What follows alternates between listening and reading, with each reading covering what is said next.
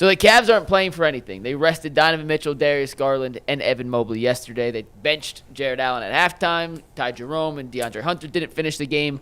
But the storyline from last night's game was Kenny Atkinson, guys. Kenny got ejected standing up for Tristan Thompson. If you didn't see it, this is the video of Kenny's irate reaction to not getting a foul call on Tristan Thompson on a drive. Not only did he get one technical, he went back for seconds, got a second, and got kicked out of the game. Jason, you know Kenny does not fake emotions. He does not lose his mind and his temper very often.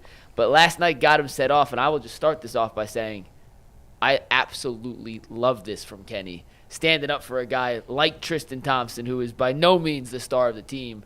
And when you have that kind of emotion and you have your players back to that level, it's no surprise they play as hard as they do for him on a night-to-night basis. Yeah, I mean, Kenny, that happened. I went back and looked. That happened once in Brooklyn. Same exact situation. He got tossed for a game for sticking up for his guys. They thought it was a bad call. And, you know, I think he said after the game something to the effect of Tristan has earned that level of respect both from him and from the officials. And it was a foul. He's right. It looked like 2 fouls to me. They got him twice, and neither one of them was called. And Kenny's point is he's a veteran. He's a pillar of this team, and he may not be in a leading role anymore, but he's going to have his back. And all players appreciate it, I think, when a coach has their backs like that. And that was a really good time to do it because everything's clinched, everything's wrapped up, and nothing matters anymore. That's it. So you can go off on the officials. Maybe he gets a fine for that. Maybe he doesn't, whatever. It's a good time to show them, even the guys at the bottom of the roster, that he cares and he's got their back and he's going to stand up for them. And it did it in a game where winning or losing didn't really matter. You know what? We always talk about this in football when you get the backups that go in and you want to put something on tape. You want to put something on tape to let them know you got to watch out for this. You better be ready for this because next week we might do this with our starters, right? So now this is a great opportunity for Kenny to play his Jedi mind tricks. He's like, refs, note to self, I'm not a pushover. And if you guys must respect my number one seeded Cleveland Cavaliers teams, we should be getting these calls. And don't think you can come in here into this postseason and disrespect us. That was his way of showing, hey, we're not no pushovers. We're not going to take that. Here's what I think about it. I don't like it. I will get ejected. And it serves 2 points. Your team knows you have their back. The refs know you're not going to take nothing. And it's something to put on tape. So I like it. I liked it too, and I like the timing of it. You know, we say these last games mean nothing. I like the idea that it can light a fire. Obviously, they didn't win the game last night, which would have been nice if they could have closed it out. They certainly had their chances to do that. But I just, in a game like, if you're going to get thrown out in a game like that. Yep. Doesn't matter. And I like the overall message that it sends. You know what? Tristan has earned that call. He has. I know a lot of people look at him and say, well, he's past his prime and all of that. But the guy is hanging on. When it'd be very easy for him to just ride into the sunset, take all the millions that he's earned and give it. But he's not. And he's not mailing it in either. He plays hard. Played his ass off last night. And he sets the tone. With all the other guys see him going, man, this dude with his older, tired body is out here laying it on the line. He's a great guy to have around. And he's earned that call, and Kenny was absolutely right to do what he did. He has become the Udonis Haslem of the Cavs. And every team needs one of those. And he's the veteran who's been there forever. Yeah, he left for a little while, bounced around to a couple different teams, but they brought him back. He's the veteran in the locker room who fits right in, he's the one dude who has seen all the wars. He's been to the mountaintop. And I wrote about that yesterday that, it's funny when you look at this Cavs team, they brought Donovan here to lead them, right? To be the leader, to be the face of the franchise, and to take them to places that they were not ready to go because they were young and inexperienced. Well, Donovan had never been there either. Like, Donovan never made it out of the second round. Right. Mm-hmm. So you go to the coach. Kenny Atkinson, never been out of the first round. Only coached, a very, very brief playoff experience. And I asked Kenny the other night, is this the first team where you legitimately have a chance to win a championship? And he said, oh, yeah. So he's never been there. Tristan is actually the one guy who can be the Sherpa that he's been there. He's seen all the wars. All of it. Follow me, kids. And listen, that everybody has to do it at some point, right? There's a first time for everybody. There's a first time that LeBron made it up the mountain, that Steve Kerr made it up the mountain. There's a first for everything.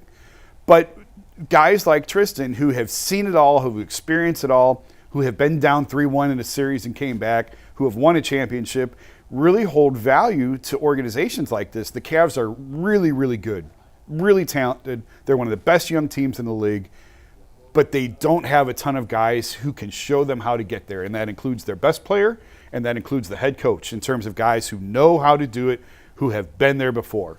Tristan's one of those guys that have.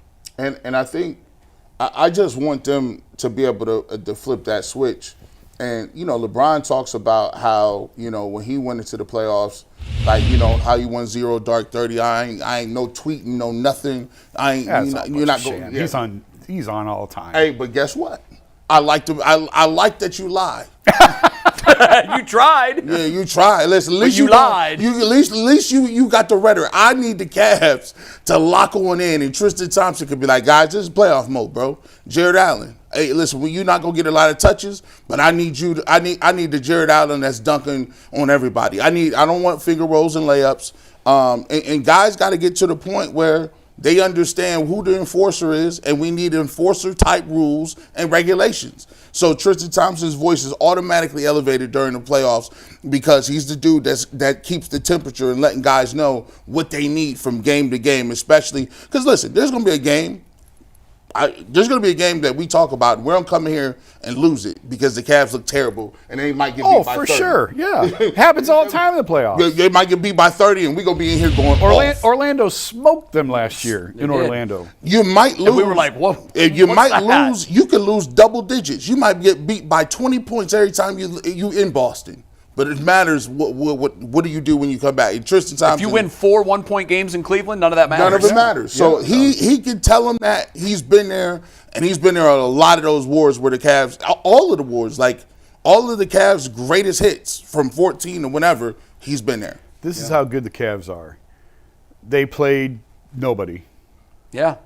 And a team that they very well may see in the second round had to go to the last possession to beat them on the road. Cavs are on the road. Pacers are at home. In a game they had to win. In a game, yeah, and everything on the line for them. And they it took played like everything they had to beat a team of backups. It looked like Ty Jerome was like. That's how good this Cavs Reggie team Miller's is. talking about Ty Jerome like he was like Mark Price or something. Like Reggie Miller loved that game last night. Like I think he thought that's the best game he's ever seen. This was all scoring. That's Reggie. It was, yeah. But, I mean, he was just like, they were answering threes one after another, and it was just, there was a point there in the fourth quarter where he was like, This is the last game that we're doing this year, and this is the best game we're doing. What a way to go out. Or something like well, he loved it. Let me ask you guys this real quick. The Cavs started last night. Jerome, Merrill, Hunter, Wade, and Allen. This is a great question. Just for the sake of let's have some fun with 5 minutes here. If that starting 5 was the Cavs' starting 5 this season, Jerome, Merrill, Hunter, Wade, and Allen, how good would the Cavs team be with that starting 5? Is that a playoff team? I think they'd be pushing 500. They're a playing team. Yes, I think that's where they would be. They would be like a 38 to 42 win team. And Allen's numbers would be greatly inflated. Like they'd have to be. It would look like he was actually a scorer, but it would just be the fact that he's out there getting putbacks. But like he would average way more than he does now. Hunter looks like a starter. Jerome looks like a starter. They would be pretty good. I originally, when you asked that question, I'm like, oh, they'd be the Detroit Pistons. And then I looked at the Pistons' record, and I'm like, no, I don't think they'd be that good. The one Detroit thing Pistons are 44 and 36 right now. Yeah, and I think they'd be just below that. The one thing that group lacks is something that every team that's going to be any good at all in the NBA has to have, a star caliber player. And I mean, Jared Allen. Are you saying Ty Jerome is not capable of being No, hold on. No, I'm not. Be careful. Walk on eggshells here, Jay. Listen. Is he a top 30 player? Hey, listen, if Ty Jerome when he plays started, 20 minutes, he's been a top 30 player this season. If Ty Jerome started every game, I think Ty Jerome could average 25. He'd score a lot. He'd have to. Somebody's got to score. Jason, I think he'd get 25 and 6. I mean, it depends on who's around him. It depends if Look he at stays Kevin healthy. Love in Minnesota before he came to Cleveland. I mean, listen, Kevin Love was just gathering stats. I'll take that, rebounds and blocks and assists. And then he got here with some real players, and they're like, yeah, he's a nice little player. We'll go to him He's a nice piece. Well, he took a step back. He put a lot of his game in his pocket. He tucked it in. To fit tucked in. his pocket. He had to. Ty Jerome, I'm telling you, listen, the way I be looking at it, they can't stop his slow Euro step. I'm pausing, and then he hits that. He's shooting 43% from three. It's witchcraft, what Ty Jerome is doing. I know. I don't have any other explanation But for you know it. what, Jay? The longer it goes on, the more I'm like, okay, maybe it is real. But I fell for the Jeremy Lin thing. I did, hard. Now, I'm not comparing the two, but I kept looking at Jeremy Lin going, it's just not there. Yeah. It's not there. Eventually, it's going to come out that it's not there. And I think we talked about this on the show a couple of months ago. I think what ultimately happened with Jeremy Lin was he was in the absolute perfect situation for him in New York. Perfect. And once that devolved and then he moved on, we were like, oh, man, this guy's he was not a very decent good. player. He never rose to the level of that Linsanity run. Linsanity. Yeah, and That's part what of I'm it talking was, about. Part of it was the market. A big part of it was the market he was in too. That guy Yeah, quite a but bit added quite a it bit went of on gas for to a it. lot longer than I thought it could. Imagine Ty Jerome in New York this year, what they would be saying. Oh, they'd be fitting him for the Hall of Fame jacket. Think about it. Listen, the last 4 games, he had 25, 20, 18, and 24. He had 24 and 6 last night and only played 26 minutes. You gonna start him? When? In the playoffs? Yeah. I'll stop him, man. You trying to get Well, I'm just saying. No, I mean, you're reading out numbers. No, like, I'm just saying, if he played and he started and he was getting 32 minutes a game. He's Colin Sexton. yeah, I have been trying. that's probably I what he is. have been trying. Jason's known this has been in the backworks for a while.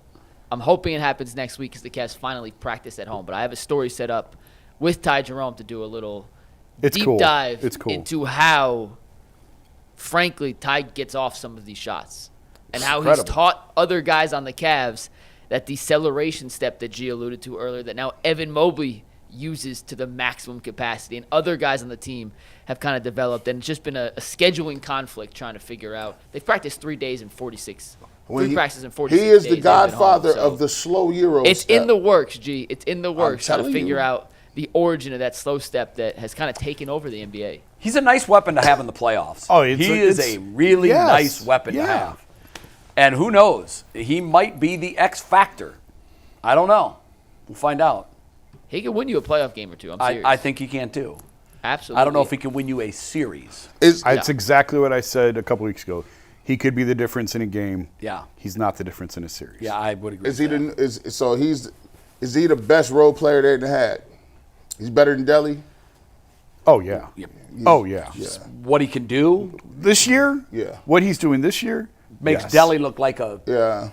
I mean, 12th man. Delly, God bless him. He got every ounce of Did anybody talent play out harder of than him. Delly? No. Probably the not. The man got carried off on a stretcher. I know He left he the did. arena in an ambulance. Legitimately. Life points. Legitimately, not Yes. like a LeBron carry off. He Where he's back in 4 minutes, he dunking. He left the arena in an ambulance. He gave his life points. That man's he cut about 25 minutes off his life. He was max effort. That's Talk it. about having no breaks. And I've never seen this in my life. This is why I can't compare the two. Do you know that during that year, the Cavs, I believe, lost the first game. They came back and won in Golden State, the second one, and then came back in Game 3 and won again. Yeah. With Delly Yeah. and Ron. Yep. They were up 2-1 in that series. And you know what? Jeez. I walked off the floor. I walked to the back. And Griff was back there shaking his head. You'd think he'd be elated. And Griff was shaking his head. And I was like, what? And he goes, we're effed. They ain't got no more. He said they figured it out with Steph. Steph has figured it out. We're in trouble. And he was right. And they didn't win it. They didn't win another game. And the it rest wasn't of the even series. close. Yeah. Yeah. That was wild. Fond memories of Delly, though. Yeah. Listen. Quickly, I know we're going to go to another topic. I just want to throw this out there because it's happening in 2 minutes. We're going to do Super Chats, so we got a minute Okay, or two before we do Super Chats. Kent State product, Corey Connors. I think he was third at the Masters yesterday. He was tied with Scottie Scheffler, who's the defending champ and the favorite to win it this year. I didn't see that. He shot 4 under par. I want to say he was like a 2014 or 2013 Kent State guy. But if I know we don't love golf here, I love it, and I don't talk it because I know that nobody wants to hear me talk it. But I love golf. I can't get enough of it. If you just want to keep, if you want a rooting interest in this year's Masters, and who doesn't, follow Corey. I don't think he can sustain that. Yeah. A lot of guys can fire one really good round at Augusta. Yeah. It's the champions that can fire 4, Right. and that's what it's going to take. Right. So I don't think he can sustain it. But it's fun. It's a fun Hey. story. He's teeing off his second round in 30 seconds. So if he hangs around today and go into the weekend, we'll have some fun. That's the key. Just get into the weekend, Yeah. and you know what? Let it all hang out and see Yep. what happens. So, good luck to Corey. He's actually from Ottawa. He's from Canada, but he played his college golf here.